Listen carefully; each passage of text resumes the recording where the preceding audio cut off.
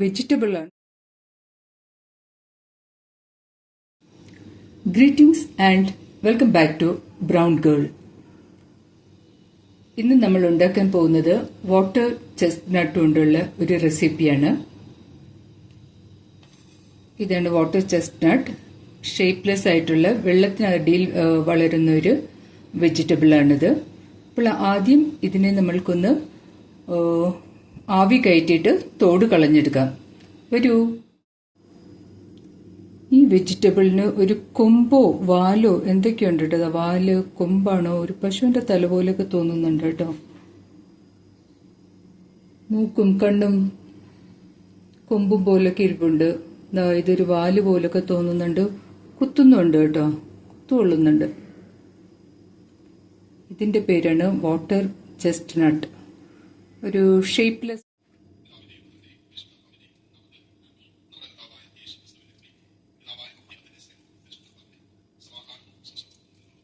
ഇപ്പോൾ നമ്മളിത് വേവിച്ച് പൊളിച്ചെടുത്തിട്ടുണ്ട്. ഇങ്ങനെയാണ് അതിൻ്റെ അകം ഇരിക്കുന്നത്. ഇത്ര കട്ടിയുണ്ട്. മാംസം ആകെ ഇത്ര വരുള്ളൂ കേട്ടോ. തോടാണ് കൂടുതലും.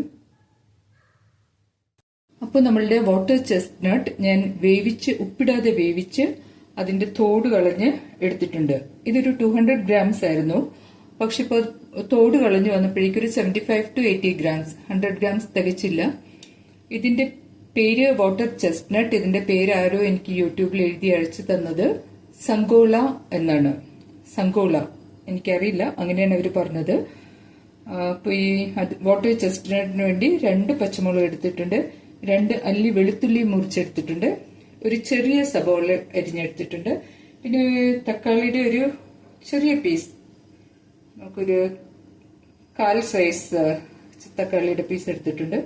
പിന്നെ കുറച്ച് ഉപ്പ് ആവശ്യത്തിന്, മഞ്ഞൾ ആവശ്യത്തിന്, മുളക് പൊടി കുറച്ച്. ആകെ ഇത്രയല്ലേ ഉള്ളൂ. അതിന് 2 പച്ചമുളകും ഈ മുളക് പൊടി മതിയാവും. കടുക് വേണമെങ്കിൽ നിങ്ങൾക്ക് പൊട്ടിക്കാം, ഇവിടെ ഞാൻ എടുക്കുന്നില്ല. ഇനി ഇതിന് വേണ്ടിയിട്ട് നമ്മൾക്ക് കുറച്ച് എണ്ണയും കൂടെ താളിക്കാൻ വേണം, അത്ര മതി. വരൂ, നമുക്ക് പണി തുടങ്ങാം.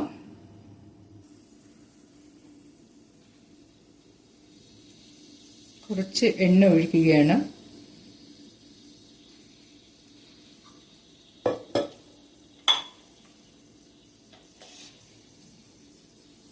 അതിലേക്ക് നമ്മളുടെ സബോളയും വെള്ളുള്ളി പച്ചമുളകും ഇട്ട് കൊടുക്കാം.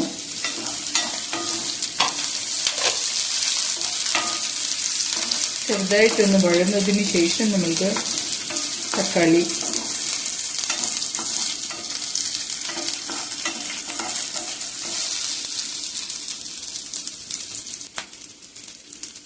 അത് ചെറുതായിട്ടൊന്ന് വഴന്നു. ഇനി അതൊന്ന് സൈഡിലേക്ക് മാറ്റി വെച്ചിട്ട് ഞാൻ ഈ തക്കാളി ഇതിലേക്ക് ഇടുകയാണ്.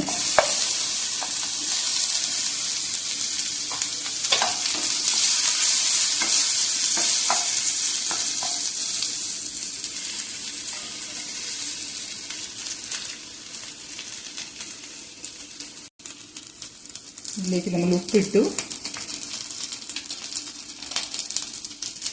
മഞ്ഞളിട്ടു,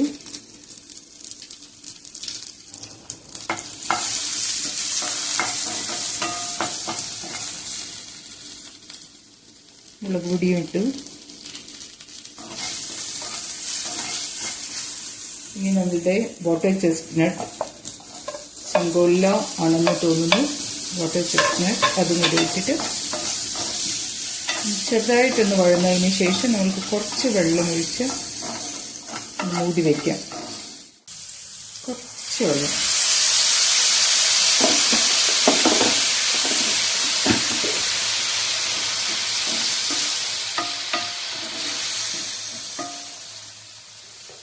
ഇതൊന്ന് കുറച്ച് നേരം മൂടി വയ്ക്കാം. ഞാൻ ഇത് നമ്മളുടെ കേരള സ്റ്റൈലിലേക്ക് ആക്കുവാൻ വേണ്ടിയിട്ട് കുറച്ച് തേങ്ങ കൊത്തുകൂടി ഇടുകയാണ്. എങ്ങനെയുണ്ടെന്ന് നോക്കാം. ഒരു കേരള ടച്ച് ഇരുന്നോട്ടെ എന്ന് വിചാരിച്ചു.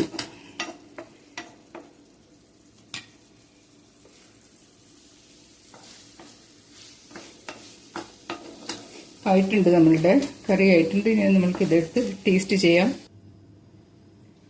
നമ്മളുടെ ഫുഡ് റെഡി ആയിട്ടുണ്ട്, നമ്മൾക്കിത് ടേസ്റ്റ് ചെയ്യാം. അപ്പോൾ എൻ്റെ വീഡിയോയിൽ ഒത്തിരി വീഡിയോസ് ഉണ്ട് ഇതുപോലത്തെ റെസിപ്പീസ്. എല്ലാവരും എല്ലാം ഒന്ന് ട്രൈ ചെയ്യുക. എന്നിട്ട് ഇഷ്ടപ്പെട്ടുവെങ്കിൽ കമന്റ് പറയുക. കൂട്ടാക്കാത്തവരുണ്ടെങ്കിൽ ഇതൊന്ന് കൂട്ടാക്കിയിട്ട് സബ് ചെയ്യുക, മറ്റുള്ളവരിലേക്കും ഷെയർ ചെയ്യുക.